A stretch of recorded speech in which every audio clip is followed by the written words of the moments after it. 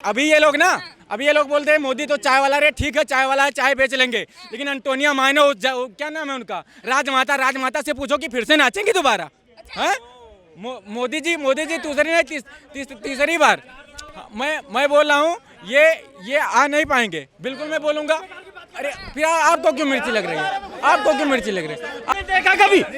देखा? उम्र है नहीं, जितनी उम्र उतनी बात कर। युवा गलत विचार, अच्छे विचार भी तो रख सकता है। जनता ने संविधान को बचा लिया है, जनता ने संविधान बचा लिया, मोदी को जिताकर संविधान को बचा लिया है। मोदी को बचा करके कह रहे मोदी हटेंगे तभी संविधान बचेगा। नहीं, मोदी संविधान के रक्षक है। रक्षक है। मोदी से बड़ा संविधान रक्षक कोई नहीं है। कह रहे संविधान खत्म कर रहे हैं आप, रक्षक संविधान तो खत्म उन्होंने किया, कांग्रेस वालों ने 69 से पहले का जो कानून है ना, संविधान है, वही मूल कानून है। उसके बाद जो पर्सनल लॉ बना दिया। अरे सेकुलर देश में पर्सनल लॉ कहाँ से आ गया, ये बताइए। देश सेकुलर है ना, देश सेकुलर है ना, यानी हिंदू मुस्लिम सिख ईसाई किसी में कोई भेदभाव नहीं होना चाहिए ना, तो फिर पर्सनल लॉ क्यों है? पर्सनल लॉ क्यों है? पर्सनल लॉ क्यों बनाएगा? पर्सनल लॉ तो नहीं, मुस्लिम और गैर मुस्लिम के बीच खाई पैदा करने के लिए किया गया है ये। खाई पैदा करने के लिए। जी हाँ, मुस्लिम और गैर मुस्लिम के बीच। राहुल गांधी को अत्याचार होते हुए दिखता है। आप देखिए पर्सनल लॉ कहाँ से आ गया बताइए। देश का कानून लागू होना चाहिए सब पर। देश के लिए सब लोग एक बराबर है ना, सब देश के सब लोग एक परिवार है। परिवार के एक व्यक्ति के लिए अलग कानून है, दूसरे के लिए अलग कानून कैसे हो सकता है? एक ने एक साथ दूसरी शादी कर ली तो नौकरी से बाहर, एक ने 4 शादियां कर दी तभी नौकरी में। ये बेइंसाफी नहीं है, बेईमानी नहीं है ये। अच्छा बेईमानी है, शादी को रोकने भाई अजय आप देखिए, एक ने दूसरी शादी कर दी नौकरी से बाहर, एक ने 4 शादियां की तभी नौकरी कर रहा है, तो ये बेईमानी नहीं है? एक के लिए 4 शादियां माफ और एक ने दूसरी शादी कर दी तो नौकरी से बाहर, उनका धर्म ये बेईमानी है। यहाँ धर्म कहाँ से आ गई? ये धर्म कहाँ से आ गया? यहाँ तो देश के नागरिकों की बात है। देश के नागरिक चलेगा। देखिए धर्मनिरपेक्ष देश है। धर्मनिरपेक्ष मतलब क्या है कि यहाँ हिंदू मुस्लिम नहीं देखा जाएगा, कानून की नजर में सब एक। मोदी जी ये तुष्टिकरण कर रहे हैं, कह रही है विपक्षी। तुष्टिकरण किसा? मोदी ने तुष्टिकरण किया? ये भगवान, मोदी ने कौन सा तुष्टिकरण किया भाई? कौन सा कानून बनाया? किसी एक संप्रदाय के अलग कानून बनाया? कोई अलग कानून बनाया? क्या तो ये करते रहे। अरे जब अलग कानून नहीं बनाया है तो तुष्टिकरण कहाँ से हो गया? एनआरसी पे बवाल होते हुए देखा नहीं था आपने? एनआरसी बवाल होना चाहिए। नहीं, बवाल होने नहीं चाहिए। एनआरसी तो बहुत जरूरी है भाई। देश में जो लोग हैं उनका रजिस्टर बनाना चाहिए, नहीं जाना चाहिए। हमारे लोग कितने, हमारे देशवासी कितने लोग हैं, उनका नाम होना चाहिए, नहीं होना चाहिए लिखा हुआ? क्यों नहीं होना चाहिए? कह रही है कि संविधान ही बदल। अरे संविधान कहाँ से बदलेगा? संविधान कैसे? ये तो संविधान रखने वाला है, संविधान रक्षक है। संविधान का रक्षक है ये, संविधान की रक्षा है भाई। आप अगर एनआरसी करते हो तो संविधान की रक्षा होती है नहीं होती है, बताइए पहले। एक स्टेटमेंट सामने आई थी कि 400 पार अगर आ जाता है तो हम आरक्षण खत्म कर देंगे। आरक्षण कैसे? किसने बोला आरक्षण खत्म करनी बात? अरे आरक्षण खत्म तो युवक कर रहे थे, जो ये कांग्रेस वाले इंडिया गठबंधन वाले कर रहे थे। आरक्षण तो खत्म, वो विपक्ष खत्म हो रहा है भाई। ये तो सांप्रदायिक आधार पर आरक्षण दे रहे थे ना। सांप्रदायिक आधार पर आरक्षण नहीं हो सकता। जब धर्मनिरपेक्ष देश है तो धर्म के आधार पर आरक्षण नहीं दिया जा सकता। ये तो जो है जो आरक्षण, जिनको आरक्षण पहले से मिला हुआ है उनका शासन हटाकर सामुदायिक आधार पर संरक्षण देने वाले थे। इसलिए बोलता हूँ संविधान बचा दिया है। संविधान मोदी जी जो कर रहे सही है। मोदी शायद मुद्दे क्या है? सबका साथ, सबका विकास, सबका प्रयास, कोई भेदभाव नहीं। क्या क्यों नहीं किया ये बताइए? जितनी योजनाएं हैं, किसी योजना में बोला कि ये मुसलमानों के लिए है, ये मुसलमानों के लिए है, या ये मुसलमान है गैर मुस्लिमों के लिए, ऐसे बोला कभी? नहीं बोला। सारी योजनाएं सब पर लागू हैं, बराबर तौर पर लागू हैं। किसी मुसलमान को पूछ लीजिए कि उन्होंने ये बोला हो कि मोदी ने जो है मुस्लिमों के लिए ये योजनाएं दी हैं, हमको नहीं दी हैं। ऐसा किसी ने बोला है? किसी हिंदू मुस्लिम सिख ईसाई किसी पूछ लीजिए, अगर किसी ने ये कहा। युवा हो क्या सोचते? मोदी जी के बाद अभी मतलब कांग्रेस का तो मतलब इनकी पुश्ती खत्म हो जाएगी। अब ये रोजगार नहीं चाहिए वो, अरे वो सरकार निकम्मी है, सोनिया जिसकी मम्मी है। और क्या बात कर रहे हो आप? आप बात कर रहे हो कि रोजगार के? राहुल गांधी पहले खुद तो रोजगार हो जाएं, खुद बेरोजगार हैं। देखो जो निकम्मा रहेगा उसको सभी लोग निकम्मे दिखेंगे, ठीक ठाक लोग को सभी लोग, अगर वो दूसरे के दिखेगा तो ठीक ठाक ही दिखेगा। बताओ मुझे। युवाओं की बात कर, उसके बाद भी अरे मैडम मैं खुद में इतना सक्षम हूँ आप ये बोलो कि रोजगार जितनी जनता है, आप अच्छा ठीक है आप ही बता दो ऐसी कोई सरकार जितने युवा हैं सभी को सरकारी नौकर बन जाए, सभी लोग रोजगार हो जाएं, मैं उसी सरकार को और दूंगा। बताओ इन्होंने क्या नहीं किया, बताओ इन्होंने हिंदू मुस्लिम तो क्या जो राजनीति हुआ ना ये कांग्रेस ही लेकर आई थी। अच्छा कांग्रेस हाँ बिल्कुल कांग्रेस कांग्रेस लेकर आई थी।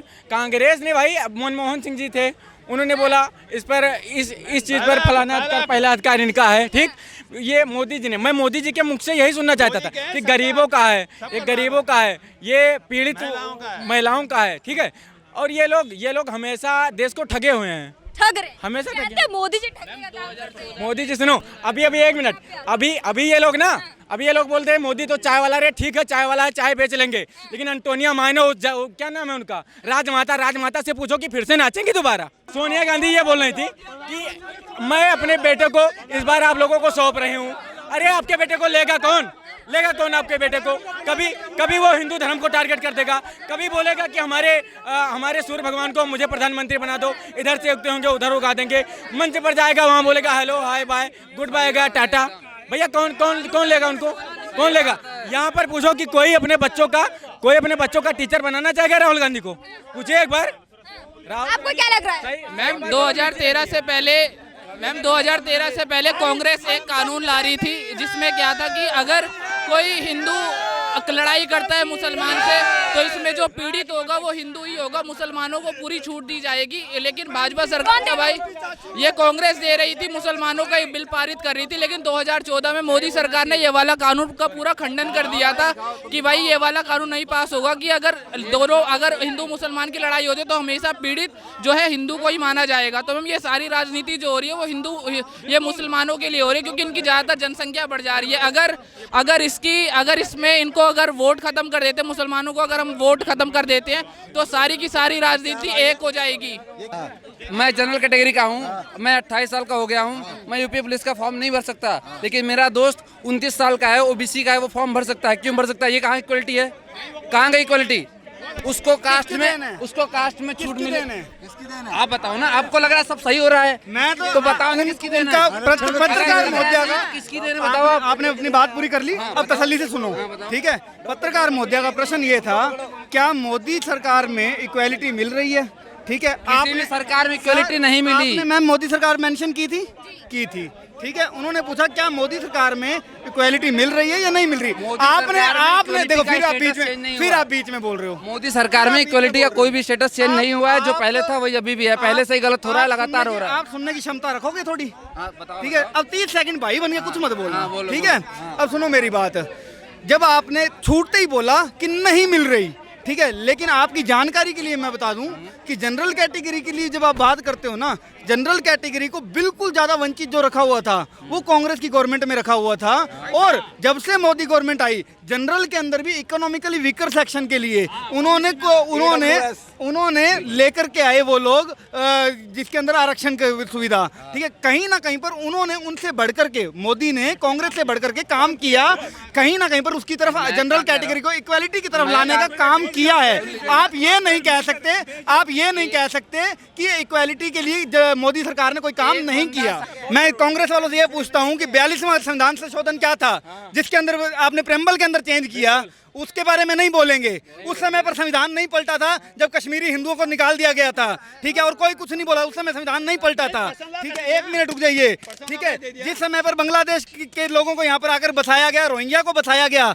तब संविधान नहीं पलटा। जिस समय पर वक्फ बोर्ड दे दिया गया तब संविधान नहीं पलटा। जिस समय पर यह कह दिया गया देश के संसाधनों पर पहला हक मुसलमानों का है, उस समय पर संविधान नहीं पलटा। लेकिन संविधान कब पलट जाता है? जब एक व्यक्ति नरेंद्र दामोदर दास मोदी आकर खड़ा होकर कहता है सबका साथ सबका विकास, उस समय संविधान पलट जाता है। प्रयास सबका साथ, मोदी जी ने अच्छा काम किया, हमेशा अच्छा करेंगे। मैं चाहता हूँ उनको वोट भी उनको ही दिया था मैंने। आप खुद ही क्लियर नहीं है कि कांग्रेस जो कहती थी, जिसने कहा कि इस देश के संसाधनों पर सबसे पहला हक मुसलमानों का है, सबसे पहला हक मुसलमानों का है। क्या ये नफरत नहीं है? क्या एक तरफ मुसलमानों को बढ़ावा देने वाली बात नहीं है? तो ये कांग्रेस ने एक तरफ हिंदुओं को और क्या नाम मुसलमानों को पूरी बांटने की कोशिश की है, और मुसलमानों को हद से ज़्यादा फायदा पहुंचाने की कोशिश की है। 2014 से कुछ टाइम पहले 125 मोदी जी ने क्या गलती की जो इतने कम सीटें मिली?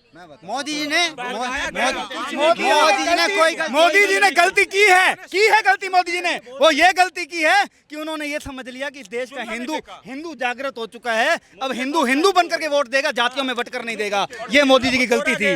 अगर मोदी जी को ये पता रहता कि जातियों में बंट करके वोट पड़ेगा तो शायद वो जातिगत समीकरण बिठा करके उस हिसाब से अपने कैंडिडेट खड़े करते और फिर बहुमत के साथ में भाजपा की सरकार बनती। गठबंधन कि भारत में विकास से ज्यादा जातिवाद जरूरी है।